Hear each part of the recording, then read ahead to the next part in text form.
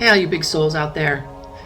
I wanted to talk to you a little bit today about something that comes up in readings with Aralamb all the time, and that is people's religion and how the information from Aralamb folds into or knocks up against people's religious beliefs and the doctrines and the communities that people are part of. Whether it's Christians or Wiccans or Buddhists or Catholics, or if you're in Islam or you're a Jew or any other number of religions on the planet, those religions are all functioning as a place where you go and you seek out God in whatever way that God presents himself or herself to you.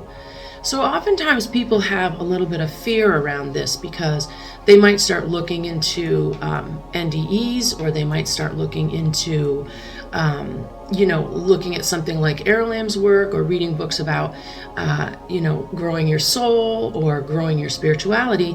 And they feel like their religious doctrines, the beliefs of their religion, come up against that, particularly when you're talking about maybe born-again Christians or Islam or the Jewish religious beliefs, where there's just the one path, and if you're not on the one path, then you don't get to go to heaven.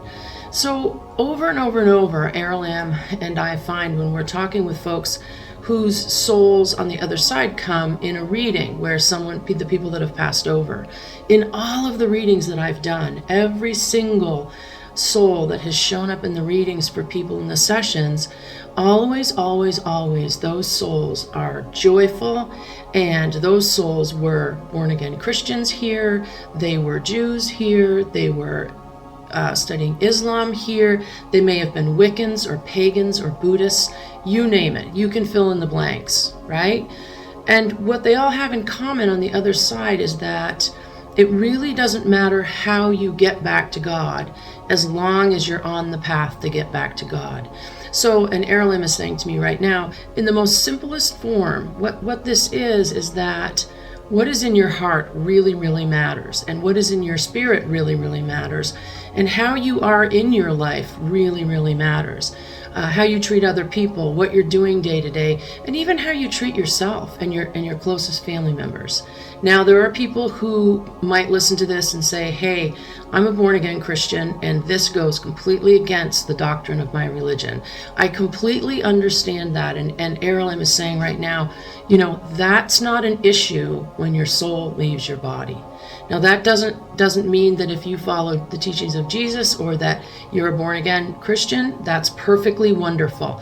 If you're a Jewish person who is a devout Jew and Jesus doesn't really come into your belief system, that's perfectly okay too.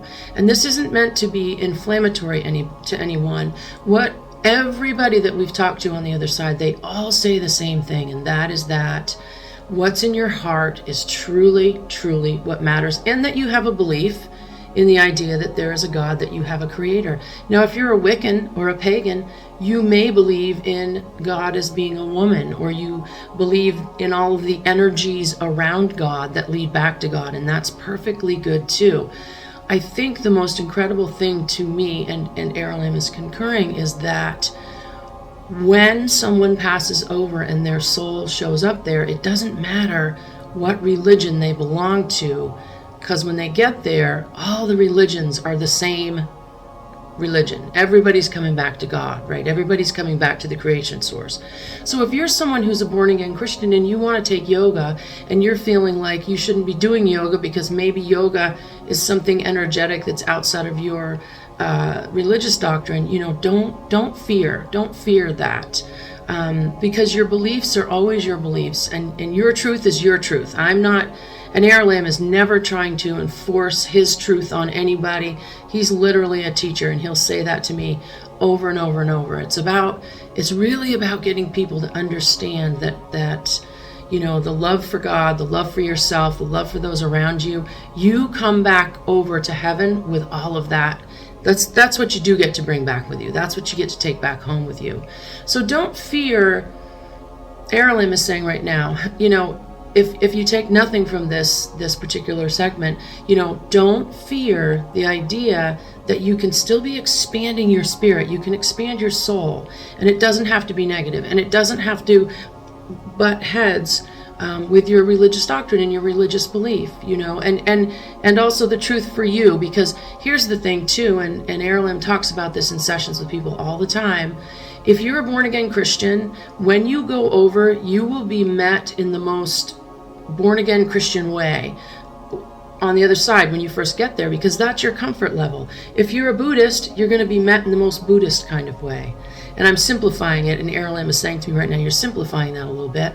But that is the truth of it. That's what I've seen over years and years and years of doing this.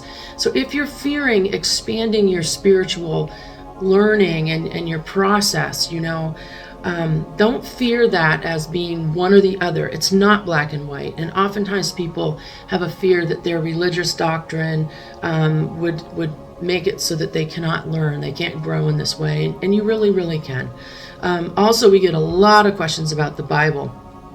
And the Bible's going to be a whole nother segment because, again, Aralamb never negates God. He never negates the Bible either. So that's a very interesting conversation, which is for another time.